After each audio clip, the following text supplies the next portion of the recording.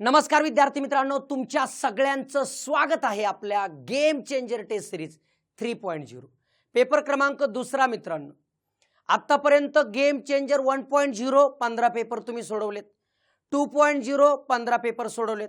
आता 3.0 चा दुसरा पेपर आपण पाहतोय. हा दुसरा पेपर तुम्हाला यूट्यूबवर पण आहे आणि आपल्या ॲपवरती पण आहे. या 3.0 मध्ये आपल्याला टोटल 15 पेपर मिळणार आहेत. सातत्यपूर्ण रेग्युलर सोडवत रहा. जे यूट्यूबवरती व्हिडिओ पाहत आहेत, बाकीची ॲपमध्ये असणारी जनता किंवा जे आता व्हिडिओ पाहत आहेत, ज्यांच्यापैकी काहींना ह्याची PDF कुठे मिळेल जर कळत नसेल, तर आपला टेलिग्राम चॅनल जो आहे संदीप आरगडे इन्स्टिट्यूट या नावाने व्हॉट्सॲप ग्रुप पण आहे, व्हॉट्सॲप चॅनल पण आहे. लक्ष ठेवा, जॉईन राहा. म्हणजे येणाऱ्या काळात तुम्हाला काही जरी गरज लागली तरी आपल्याला तिथं अपडेट करता येईल. ह्याची PDF पण मिळेल, सगळ्या गोष्टी इथं मिळत राहतील. बरोबर, ठीक आहे. चला आपण दुसरा पेपर पाहूया. ह्याची PDF सोडवल्यानंतरच व्हिडिओ सगळ्यांनी बघायचा आहे. व्हिडिओ बघितल्यानंतर आपल्या ज्या चुका आहे त्या नोट डाऊन करून ठेवल्या पाहिजे. ज्या गोष्टी आपल्याला माहीत नव्हत्या त्या आपल्याला कळतायत, म्हणजे नोट डाऊन करण्यासारखी परिस्थिती आहे. सगळ्यांनी लक्ष ठेवायचं आहे. बघा, एका हॉटेलमध्ये 2 किंवा अधिक खोल्या बुक केल्यास 12% सूट मिळते. 2 करा किंवा 2 पेक्षा जास्त करा, 12% सूट.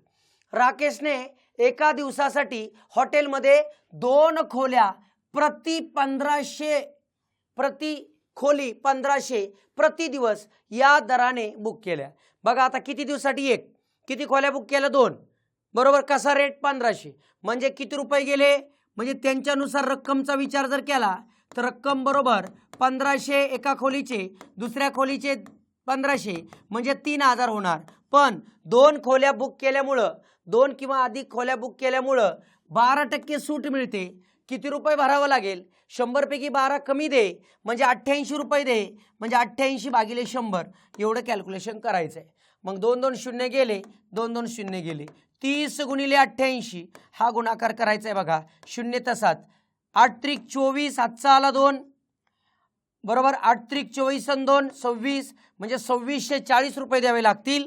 ऑप्शन नंबर 4 बरोबर, करेक्ट. 12% सूटचा अर्थ आहे 100 पैकी 12 रुपये कमी द्या, हे आपल्याला कळलं पाहिजे. बघा, पुढचा प्रश्न वेन आकृतीचा प्रश्न आहे. बघा, वेन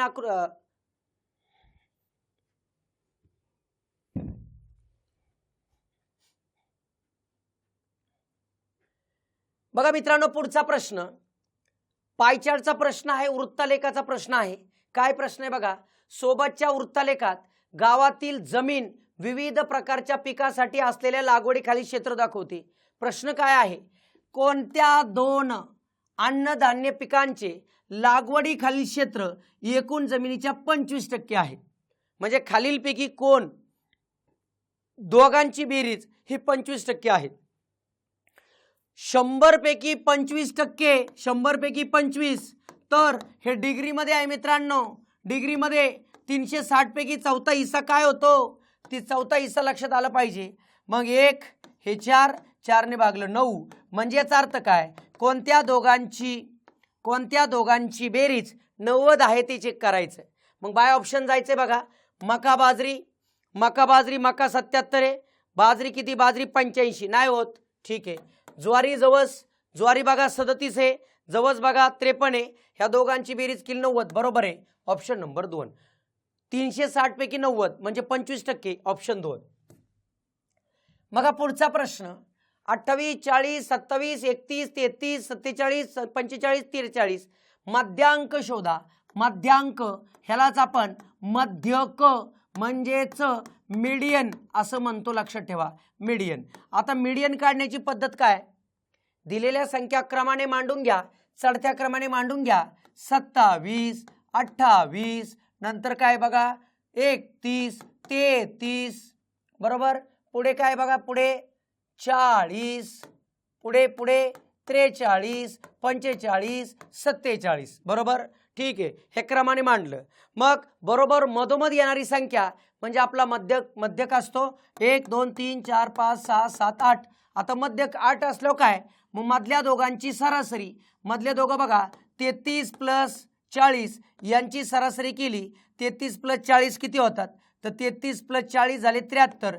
73 भागिले 2 करा, बरोबर, यांची सरासरी केली तर किती येते 36.5. 36.5 म्हणजे ऑप्शन नंबर 3 बरोबर.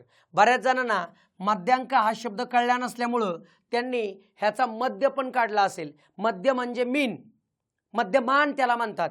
इथं समानार्थी शब्द लिहून घ्या.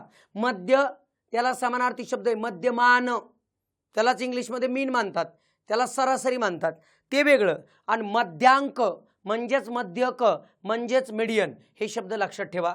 इथं तुम्हाला कळलं पाहिजे. बघा पुढचा प्रश्न मिरर इमेज आहे. सोपं. आरशाची प्रतिमा, सगळ्या प्रकारातून आपल्याला जायचंय. आरशातील प्रतिमा, आरसा इथं आहे, लेफ्टचं राईट होणार, राईटचं लेफ्ट होणार, लेफ्टचं राईट, राईटचं लेफ्ट. हा एरो तिकडे जाणार आहे, त्यामुळे हा गेला, हा गेला, बघा एरो तिकडे जाणार. आता काय होणार, हे इकडे येणार, इकडे येणार म्हणजे हा गेला. Option number 4. इथं काय कळलं, मिरर इमेजमध्ये राईटचं लेफ्ट, लेफ्टचं राईट होतं, हे लक्षात ठेवायचं. बघा पुढचा प्रश्न थोडासा लेंदी, जाणून बुजून प्रश्न बनवला होता मी, जाणून बुजून लेंदी प्रश्न बनवलाय. कोणता आहे प्रश्न तो बघा. 80 लिटर क्षमतेच्या कंटेनर अ मध्ये स्पिरिट आणि पाण्याचं प्रमाण 9:7 आहे. म्हणजे कंटेनर अ मधील स्पिरिट किती आणि पाणी किती. बघा कंटेनर अ मध्ये स्पिरिट किती आणि पाणी किती. आता बघा किती लिटर टोटल 80, स्पिरिट 7 असणार, म्हणजे स्पिरिट जर काढायचं म्हणलं 80 गुणिले 716. 716 कसं काय, तर टोटल तुकडे होणार 16, त्यातले 7 तुकडे स्पिरिटचे आहे. 16 85, 5 7 35, म्हणजे आलं 35.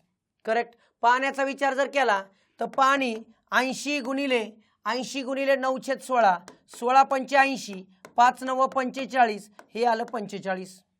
करेक्ट. इथं आपल्या लक्षात येऊन गेलं. म्हणजे किती आहे.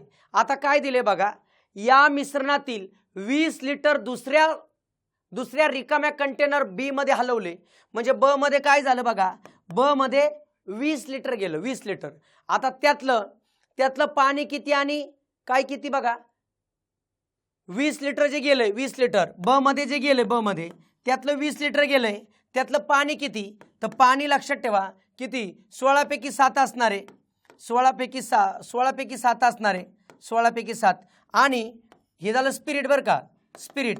आणि पुढचं काय, पाणी. पाण्याचा विचार केला 20 गुणिले 9/16, मग यांचं आपल्याला कॅल्क्युलेशन करता येईल.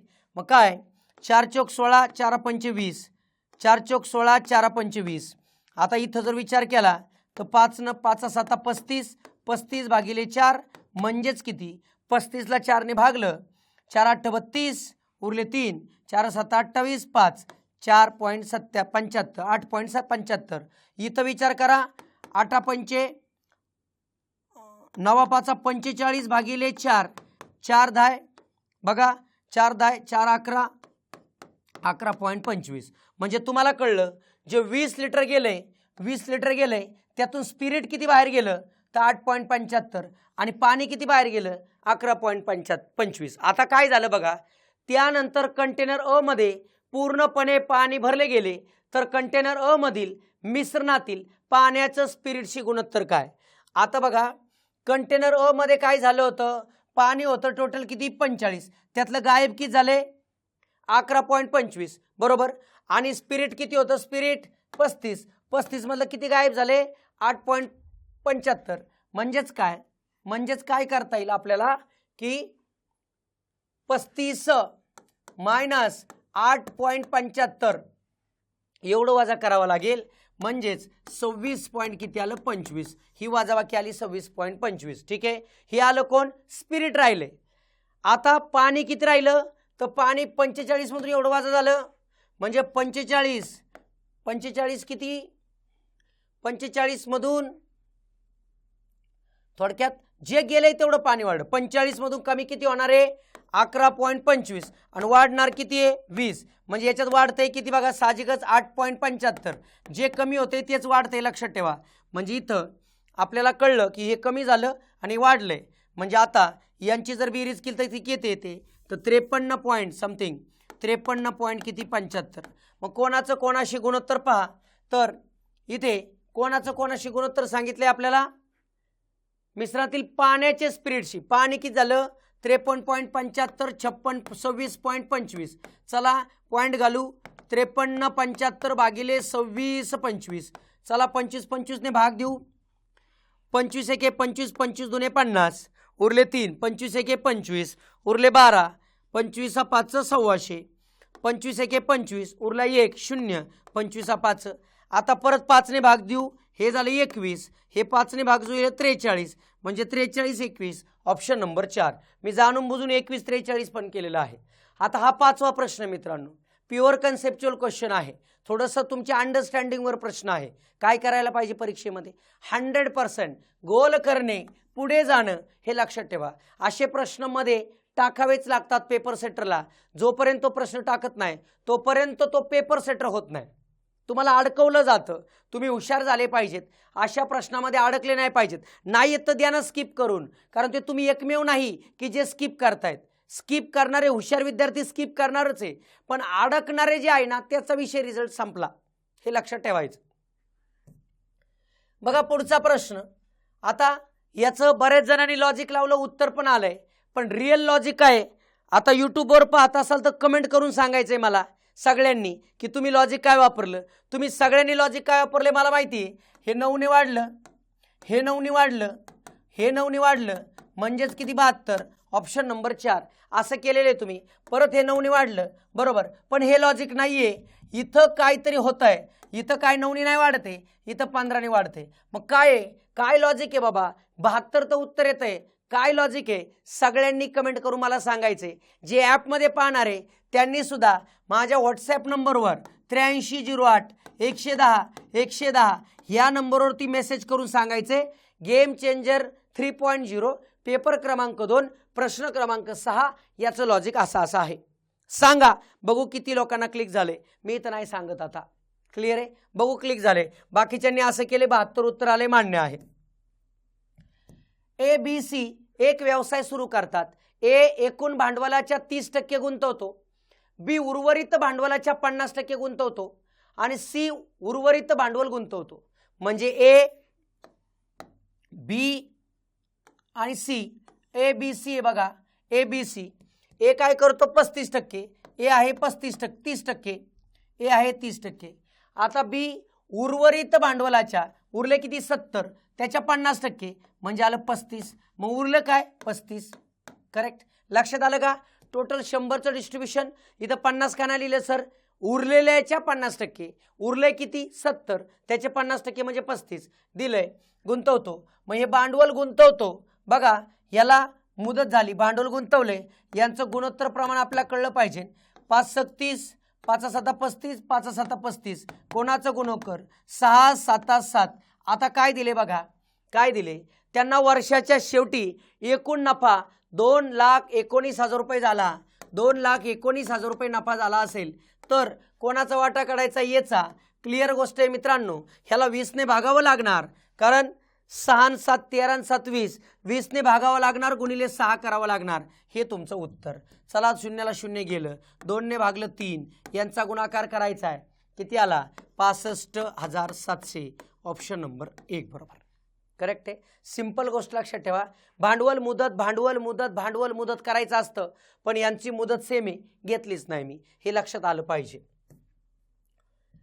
बघा पुढचा प्रश्न, 120 मीटर उंचीवर उडवलेल्या पतंगाला एका दोरीने जोडलेले असते, ज्यामुळे आडव्या बाजूने 60 अंशाचा कोन बनतो, दोरीची लांबी किती आहे ते सांगा।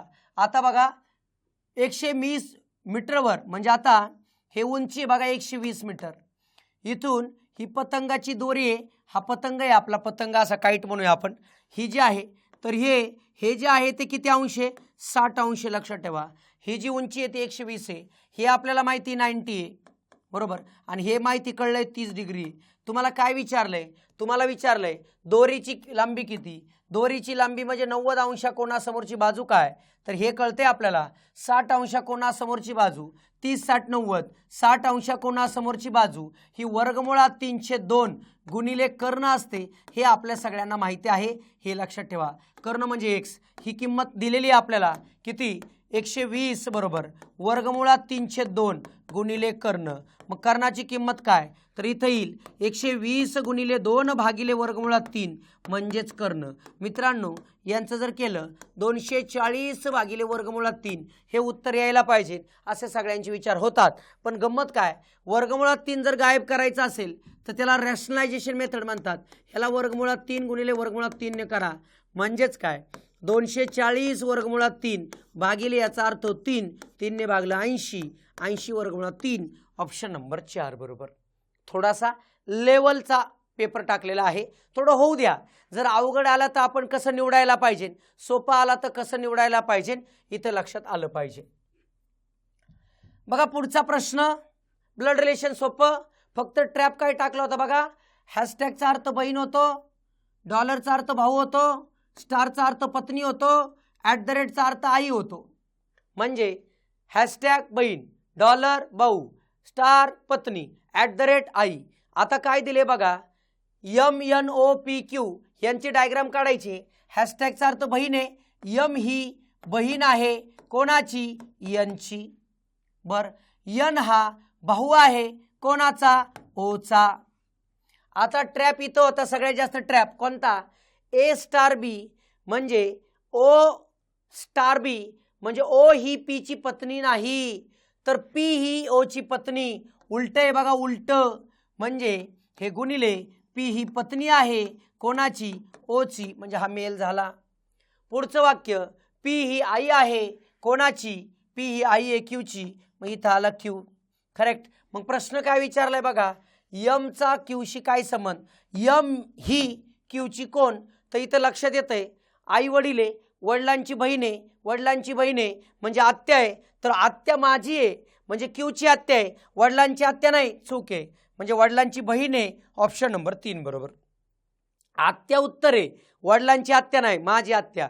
त्यामुळे इथं काही जणांनी वडिलांची आत्या फसले असाल, थोडासा ट्रॅप टाकला होता, लक्षात ठेवा. बघा पुढचा प्रश्न 10 नंबरच्या आणि 11 नंबरच्या प्रश्नासाठी इथं तुम्हाला हिस्टोग्राम दिलाय बरोबर, चिटकून असणारा बारग्राफ. 150 ते 155 सेंटीमीटर उंची असलेल्या विद्यार्थ्यांची संख्या ही किती आहे, 15. ही 175 ते 80 ही संख्या असणाऱ्या विद्यार्थ्यांपेक्षा शेकडा कितीने जास्त आहे, 15 हे 6 पेक्षा, 15 हे 6 पेक्षा कितीने जास्त आहे, 9 ने गुणिले 100 करा, झालं 3, हे आलं 2, 2 ने भागलं 50, 50 गुणिले 3 150%, ऑप्शन नंबर 3 बरोबर. 150% जास्त, लक्षात ठेवा. त्यावरच आधारित प्रश्न आहे, सर्व विद्यार्थ्यांची सरासरी उंची काय. आता इथं ट्रॅप होता, सरासरी उंची काय, सरासरी उंची कशी मित्रांनो, सरासरी उंची जवळपास सांगा.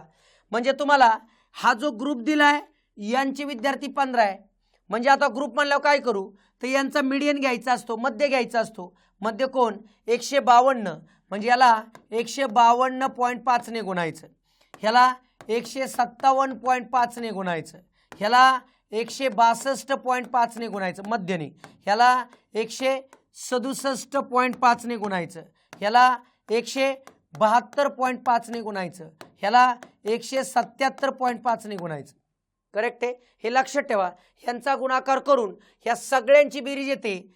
15 आणि 13 28 38 38 आणि 12 किती झाले 50 आणि हे 20 70, ह्याला 70 ने भागायचं म्हणजे काय येईल बघा. ह्यांचा गुणाकार करूया.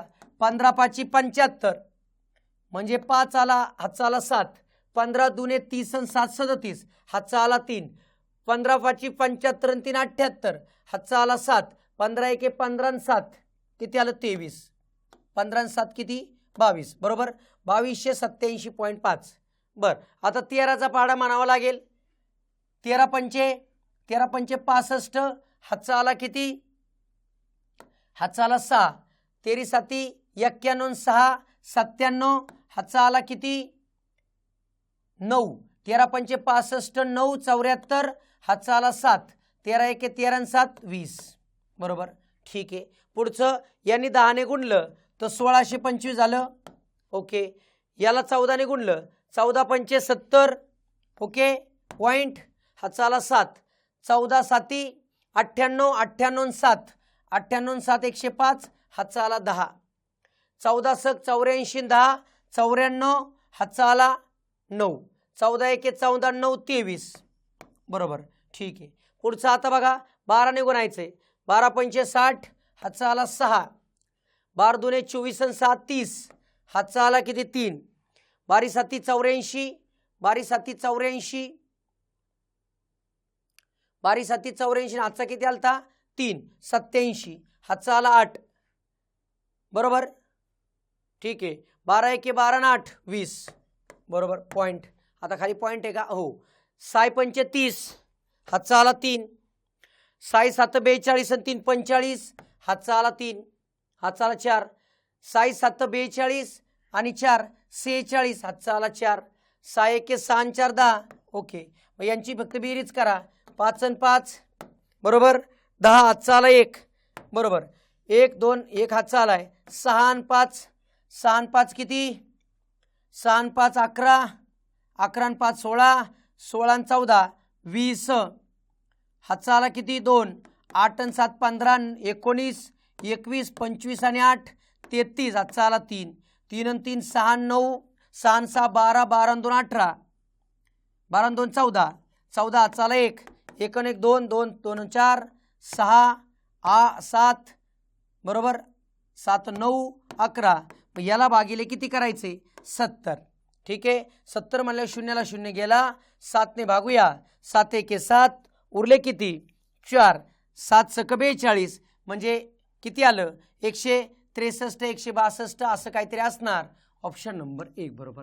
म्हणजे एवढं कॉम्प्लिकेटेड दिलं होतं. सरासरी काढताना इथून तुमची मध्याची पण कन्सेप्ट इथं मी क्लिअर करण्याचा प्रयत्न केलाय. पण हा प्रश्न कॅल्क्युलेशन आहे. पहिला समजला, दुसऱ्याला वेळ गेला, अशी सुद्धा परिस्थिती होऊ शकते. बघा पुढचा प्रश्न अक्षरमालिकेचा आहे. लॉजिक, क्रमवार अक्षरमालिका, लयबद्ध अक्षरमालिका म्हणजे काय होतं बघा. Single C single A, double C double A, triple C triple A, 4 वेळा सी 4 वेळा ए, म्हणजेच ऑप्शन नंबर किती 2 बरोबर. हे अशा पद्धतीने. बघा मित्रांनो पुढचा प्रश्न. एका घड्याळाची छापील किंमत 720 रुपये आहे. 2 क्रमागत सुटी म्हणजे सूट डिस्काउंट दिल घेऊन ते घड्याळ 550.80 रुपयांना मिळते. पहिली सूट 10% दिली असल्यास दुसरी सूट काय? म्हणजे मला एक गोष्ट कळते. 720 रुपये त्याची MRP आहे, छापील किंमत आहे. पहिली सूट किती दिली आहे 10%, म्हणजे 90% रक्कम घ्यायची आहे. ओके. दुसरी सूट देऊन किती रक्कम आहे माहीत नाही, ती एक्स म्हणतो भागिले 100, बरोबर 550.80. मग हेच कॅल्क्युलेशन करायचे. चला एवढी रक्कम एवढी आकडा येईल. मग सूट काय पुढे बघूया. 0 0 गेला, 0 0 गेला, करेक्ट आहे. मग एक्स बरोबर काय येते बघा. खालचं वर वरचं खाली, म्हणजे 550.80 गुणिले 100 भागिले 72 गुणिले 9. आता काय होऊ शकतं 100 ने गुणल्यानंतर 2 डिजिट तिकडे जाईल 2 पॉईंट. 550.80 आहे भागिले 72 गुणिले 9. चला 9 ने भाग जातोय का? जातोय. 9 एके 9, 9 5 45, 9 सक 54, उरला 1. 9 एके 9, बरोबर, उरला 1. 9 दुने 18 0. आता यांचा 100% भाग जाणार. मग भाग कसा द्यायचा आहे? एवढा मोठा थोडी भाग येतो मला. मग कितीचा भाग गेला पाहिजे? तर 9 ने भाग जाईल का? द्या. 9 8 72, 9 9 5 45, 9 सक 54, 9 सक 54, उरले किती 7. 9 8 72 0. 8 ने भागलं 8 8 64, 8 45, म्हणजे किती आलं 85. म्हणजे एक्सची किंमत किती आली 85. याच्या जागी 85. मित्रांनो 100ला 85 म्हणजे किती टक्के सूट 15. ऑप्शन नंबर 3 बरोबर, करेक्ट. बघा पुढचा प्रश्न. 2028 या वर्षाची दिनदर्शिका पुढीलपैकी कोणत्या वर्षाच्या दिनदर्शिकेसारखीच? आता हे लीप वर्ष आहे, हे साहजिकच 28 वर्षांनी परत रिपीट होणार, म्हणजे 2056 येणार. ऑप्शन नंबर 2000 किती येणार 56. 28 + 28 56. ऑप्शन नंबर 3 बरोबर. 6 मित्र MNOPQR वर्तुळाच्या मध्यभागी तोंड करून उभे आहेत. 6 मित्र आहे. वर्तुळाच्या मध्यभागी 1 2 3 मध्यभागी तोंड करून आहेत. आतमध्ये ओके बर. एन हा ओ आणि पीच्या मध्ये आहे. एन हा कोणाच्या मध्ये? ओ आणि पीच्या. आणि एम हा ओ आणि क्यूच्या मध्ये आहे. आर हा पीच्या शेजारी उभा आहे. काय आपल्याला डावी उजं कळत नाही. एन हा ओ आणि पीच्या मध्ये.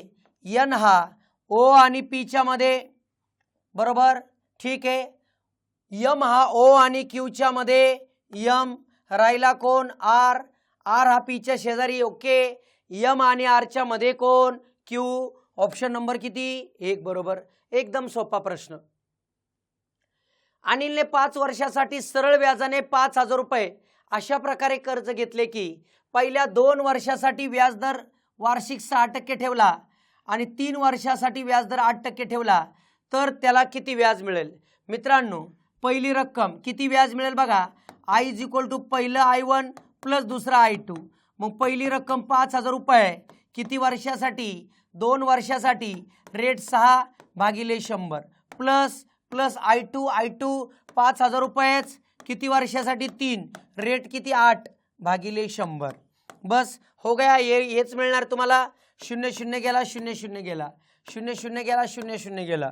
बोला 50 गुणिले 2 100 अधिक गुणिले 6 म्हणजे 600 प्लस 50 गुणिले 3 150.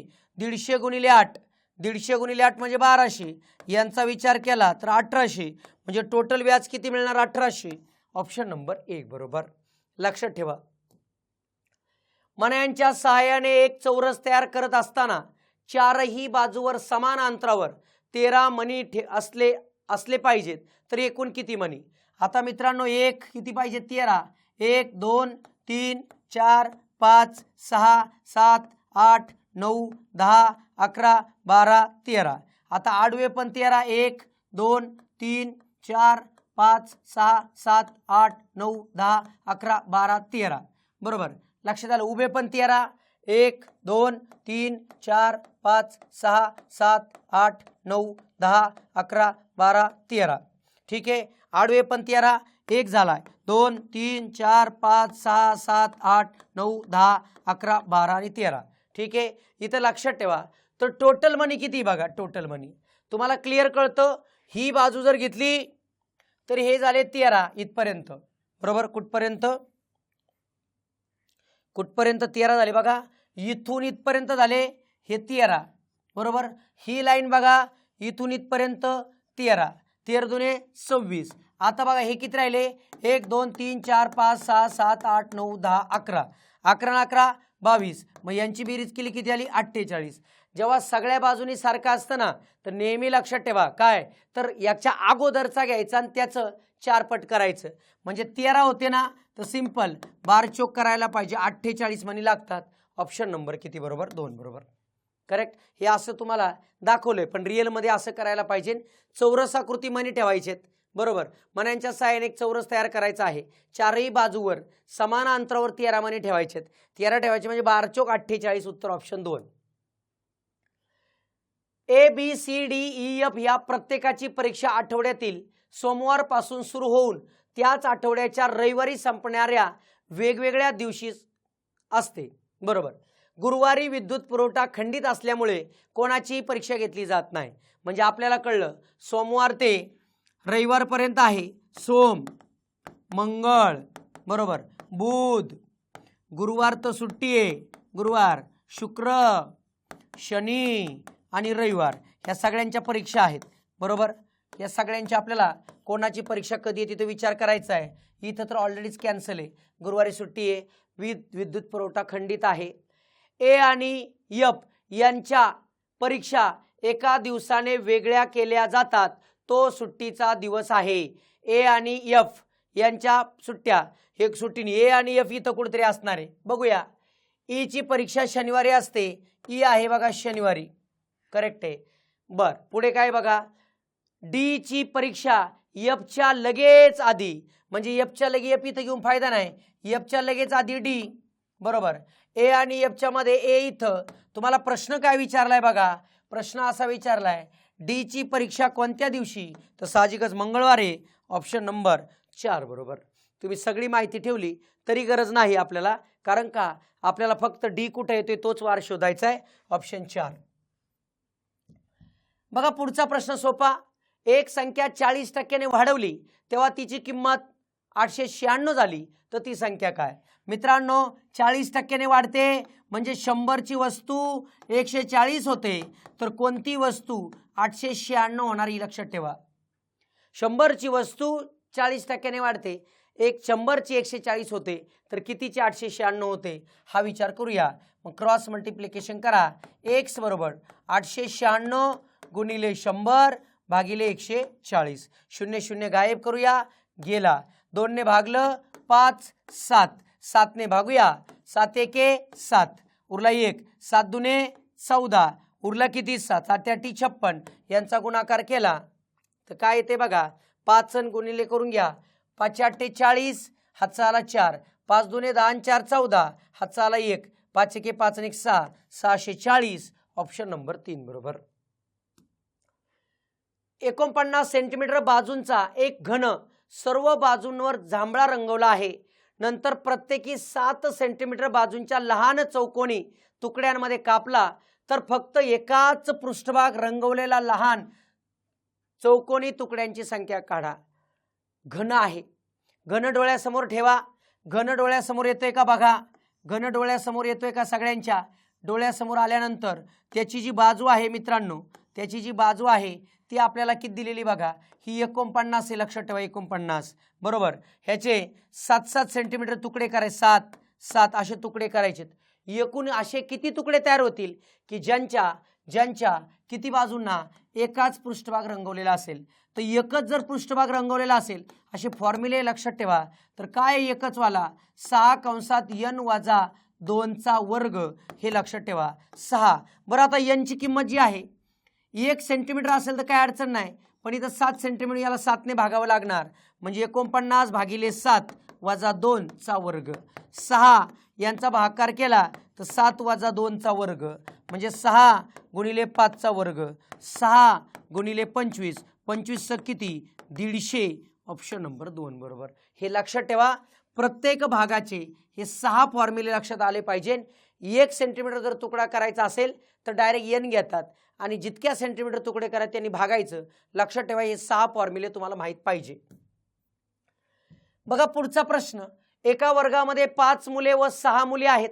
3 मुलांची अनमाधपक्याने म्हणजे रँडमली निवड करायची आहे, तर 1 मुलगी आणि 2 मुले यांची निवड होण्याची संभाव्यता काय? संभाव्यता काढतोय मित्रांनो. टोटल आहे 11. 11 पैकी घ्यायचेत किती आपल्याला? 3. बरं कंडिशन काय? मुलगी 1 आहे, मुली आहेत 6, त्याच्यापैकी 1 मुलगी, मुलं आहेत 5, त्याच्यापैकी 2 मुलं. करेक्ट आहे. बघा मी क्रॉस दिले. मग याचं उत्तर 1 आहे 6 गुणिले 5 गुणिले 4 भागिले 2. छेदाच्या ठिकाणी बघा 11 गुणिले 10 गुणिले 9 छेद 3 गुणिले 2. करेक्ट आहे. मग बघा कॅल्क्युलेशन करून. 2 दुने 4, 5 दुने 10, 10 6 60, 60 भागिले 3 ने भागा 3 त्रिक 9, 2 पंचे 10 म्हणजे 11 गुणिले 5 गुणिले 3 बरोबर. चला भाग देऊया. भाग दिला 3 ने भागलं तर आलं 20, 5 ने भागलं तर आलं 4 म्हणजे 4/11. ऑप्शन नंबर 1 बरोबर. हे लक्षात ठेवा. हे प्रोबॅबिलिटीचं आपल्याला गोष्ट माहीत पाहिजे. 3 वर्षापूर्वी रमनचा पगार 45,000 होता. पहिल्या, दुसऱ्या आणि तिसऱ्या वर्षात त्याच्या पगारात अनुक्रमे 10%, 15% आणि 20% वाढ झाली. रमनचा सध्याचा पगार किती? मित्रांनो रमन दादाचा पगार 3 वर्षापूर्वी 45,000 होता. पहिल्या वर्षी 10% वाढतोय म्हणजे 110/100 होतोय. दुसऱ्या वर्षी 15% वाढतोय 115/100 होतोय. तिसऱ्या वर्षी 20% वाढतोय 120/100 होतोय. कॅल्क्युलेशन करूया. 2 शून्य गेले, 2 शून्य गेले. हा एक गेला, हा एक गेला, हा एक गेला, हा एक गेला, हा एक गेला, हा एक गेला. 2 ने भागलं 6, 5, 5 ने भागलं 5 दुने 10, 5 त्रिक 15 म्हणजे 45 गुणिले 11 गुणिले 23 गुणिले 6 यांचं कॅल्क्युलेशन करायचं आहे. पटकन करूया. बघा आपण करूया. 23 किती येतात बघा. 6 त्रिक 18 बरोबर. हातचा आला 1, 6 दुने 12 ने 13, 138 येतं. गुणिले यांचा गुणाकार केला 11 5 55 बरोबर. हातचा आला 5, 11 चोक 44 आणि 5 49 म्हणजे यांचा गुणाकार करावा लागेल. 495 गुणिले 138 बरोबर. ठीक आहे. 8×45 हातचा आला 4, 8×9 72 आणि 4 76 हातचा आला 7, 8×4 32 आणि 7 32 आणि 7 39. शून्य इथं दिला. 3×5 15 हातचा आला 1, 3×9 27 27 आणि 1 28 हातचा आला 2, 3×4 12 आणि 2 14. 1 ने गुणायचं आहे. 5 9 4. चला 0 1 0 1 म्हटलं बरं. हातचा आला 1 बरं. 6 8 किती 14 9 23 हातचा आला 2. बघा 3 आकडा 1 आकडा 0. ऑप्शन नंबर 2 बरोबर करेक्ट आहे. ही मांडणी फक्त जमायला पाहिजे. लक्षात ठेवा आत्ताचा पेपर तुम्ही पाहिला असेल थोडीशी लेवल वाढवलेली दिसते. आत्ताचा पेपर जो दुसरा आहे एक 15च्या आसपास एकदम चांगला स्कोर आहे, काहीच हरकत नाही. 22 की 22 पडतील असं नाही. 15च्या आसपास स्कोर जो पाहिजे तो एकदम चांगला. म्हणजे अशा लेवलचा जर पेपर आला तर तुम्ही कसे गेले पाहिजे. पहिला पेपर मीडियम टाकला होता, दुसरा पेपर थोडा लेवल वाढवला होता, तिसरा पेपर सोपा टाकणार. कशाही पद्धतीने येऊ दे आयोगाला टॅकल आपल्याला करताच आलं पाहिजे. त्यामुळे पहिले 3 पेपर नेहमीप्रमाणे यूट्यूबवर आपण टाकलेला आहे, चेक करा. आपला जो काही टेस्ट पेपर आहे सगळ्यांना फ्रीली अवेलेबल आहे. आपल्या टेलिग्राम चॅनलला जा, तिथं तुम्हाला टेस्ट पेपर दररोज 12 वाजता पडलेला दिसेल. सगळ्यांनी तो सोडवायचा आहे. ह्याचे पहिले 3 व्हिडिओ एक्सप्लेनेशन यूट्यूबवर मिळतील, बाकीचे तुम्हाला ॲपवर मिळतील. लक्षात ठेवा ती तुम्हाला बॅच परचेस करायची आहे, तुम्हाला ॲपमध्ये मिळून जाईल. मेन्सला आहात 2-2 पेपर सोडवायचे आहेत. 1.0 मध्ये 15 पेपर आहे, 2.0 मध्ये 15 पेपर आहे. तुमच्या पद्धतीने काम करत राहा एवढंच सांगेल. आणि ज्या टॉपिकचा प्रश्न चुकतोय त्याचे फक्त PYQ मधून पेपर पहा. बाकी एकदम इझी सोपं आहे. जवळ आलेली परीक्षा टेस्ट सिरीज खूप महत्त्वाची आहे आणि PYQ महत्त्वाची, एवढी गोष्ट इथे सगळ्यांच्या लक्षात आली पाहिजे. ठीक आहे, मग भेटूया तिसऱ्या टेस्टमध्ये. धन्यवाद.